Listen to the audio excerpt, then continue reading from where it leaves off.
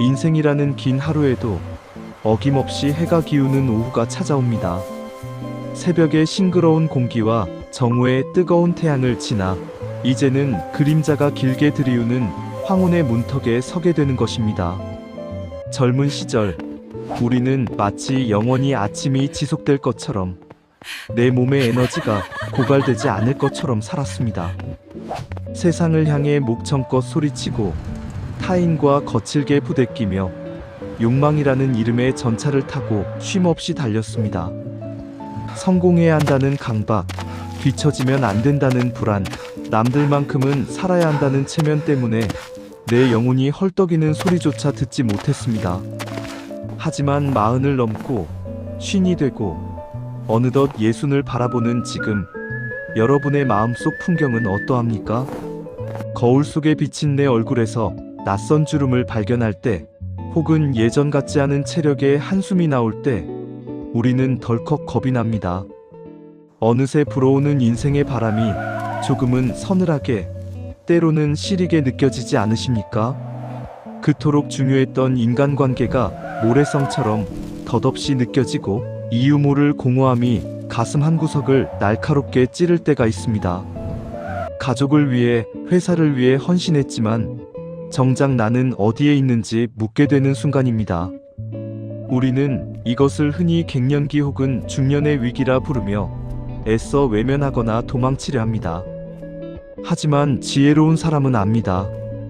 이것은 위기가 아니라 기회라는 것을요. 진정한 나 자신과 마주할 시간이 되었다는, 삶이 보내는 엄숙하고도 거룩한 신호입니다. 독일의 염세주의 철학자 아르투어 쇼펜하우어는 바로 이 시기야말로 인생의 진정한 황금기이자 지혜의 결실을 맺을 수 있는 유일한 시간이라고 단언했습니다. 그는 인생의 첫 40년이 본문이라면 나머지 30년은 그 본문에 대한 주석이라고 했습니다.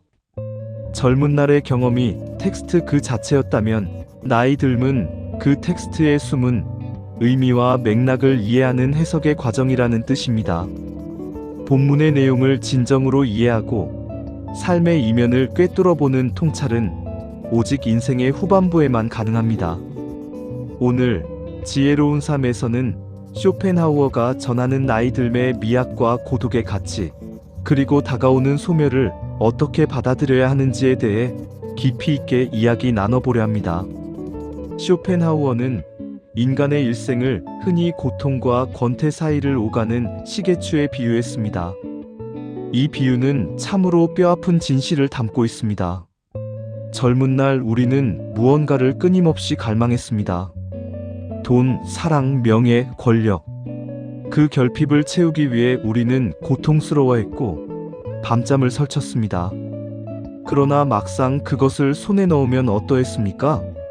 기쁨은 잠시뿐, 곧바로 찾아오는 것은 지루함, 즉 권태였습니다. 가진 자는 권태로워하고 없는 자는 고통스러워하는 것이 인생의 비극이라고 그는 말했습니다. 그러나 나이가 든다는 것은 이 잔인한 시계추의 진폭이 줄어드는 축복을 의미합니다. 우리를 그토록 괴롭히던 성욕이나 명예욕, 타인의 인정에 목매던 맹목적인 살려는 의지의 압박에서 조금씩 해방되기 때문입니다.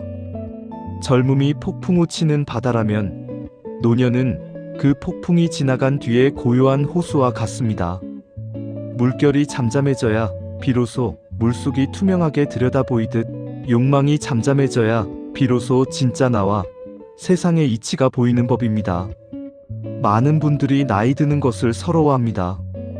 기억력은 희미해지고 피부는 탄력을 잃으며 더 이상 세상의 주인공이 아닌 것 같은 소외감을 느끼기 때문입니다. 자식들은 품을 떠나고 직장에서는 뒷방 늙은이 취급을 받는 것 같아 위축되기도 합니다.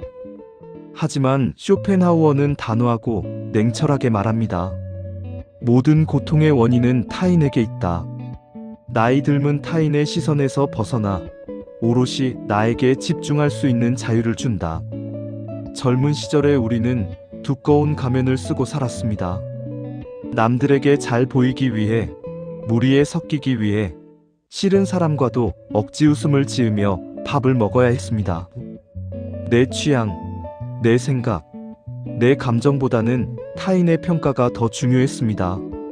쇼펜하우어의 유명한 비유인 고슴도치 딜레마처럼 우리는 추위를 피하려 서로에게 다가갔다가 가시에 찔려 피를 흘리곤 했습니다. 너무 가까우면 찔리고 너무 멀면 추운 인간관계의 모순 속에서 우리는 얼마나 많이 상처 입었습니까? 하지만 이제는 다릅니다. 우리에게는 적당한 거리를 유지할 수 있는 지혜와 연륜이 생겼습니다.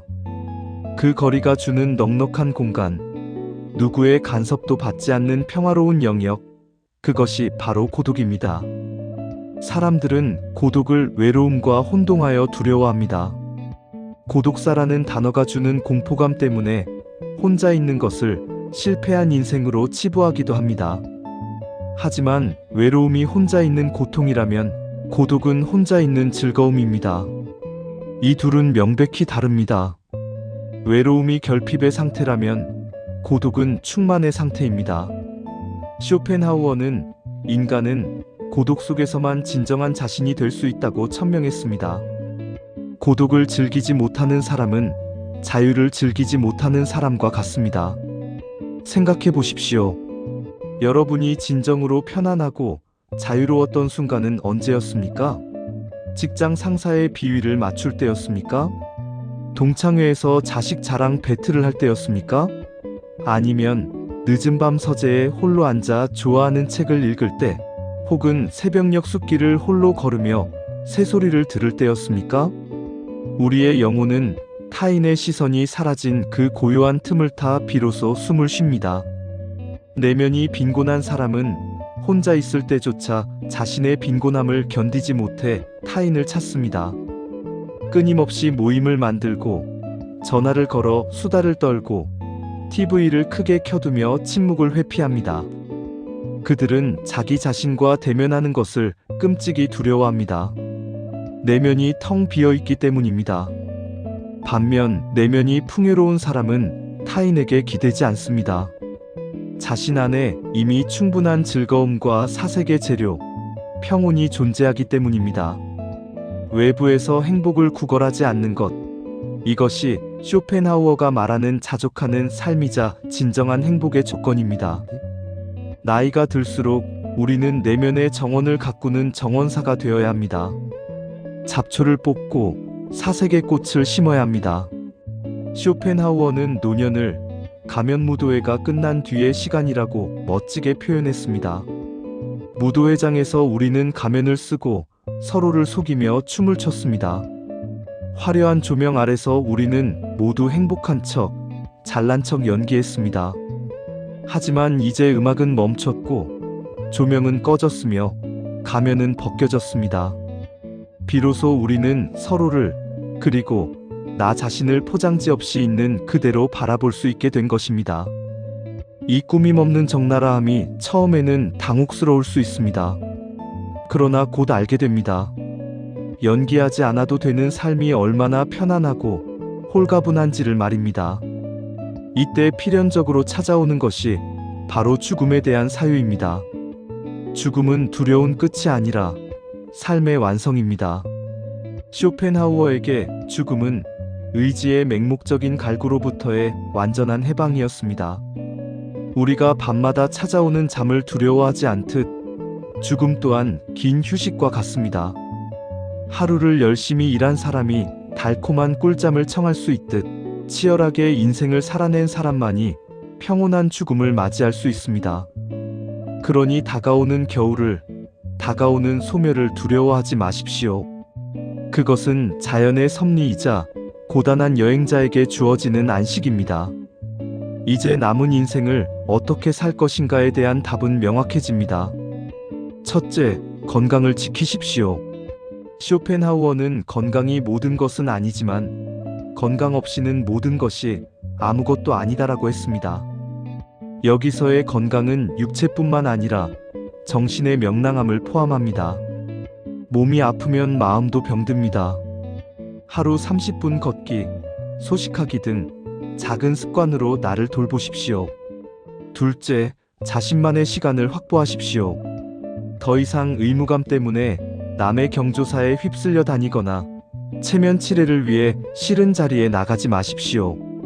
그 시간과 돈을 아껴 나 자신을 위해 쓰십시오. 이제 그럴 자격이 충분합니다. 셋째, 배움을 멈추지 마십시오. 독서와 사색은 노년의 가장 훌륭한 친구입니다. 악기를 배우든 외국어를 배우든 철학책을 읽든 정신적인 활동은 우리를 권태로부터 구원합니다.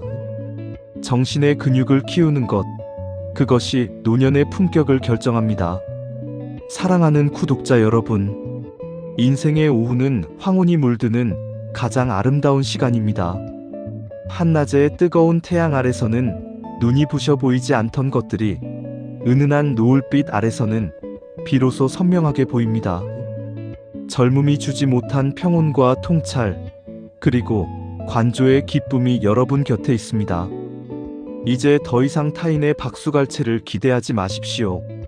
무대 위의 주인공에서 내려와 관객석에 앉아 삶을 감상하십시오. 오직 나 자신의 내면에서 울려 퍼지는 목소리에 귀 기울이십시오. 당신은 지금 당신의 인생에서 가장 지혜로운 시기를 지나고 있습니다. 그 고독을, 그 자유를, 그 평온을 마음껏 누리십시오. 쇼펜하우어가 전하는 마지막 위로는 바로 이것입니다. 당신은 혼자일 때 가장 온전하다. 오늘 밤 텔레비전 소리를 줄이고 스마트폰을 잠시 내려놓고 고요한 정막 속에서 나 자신과 악수해 보시는 건 어떨까요? 지금까지 지혜로운 삶이었습니다.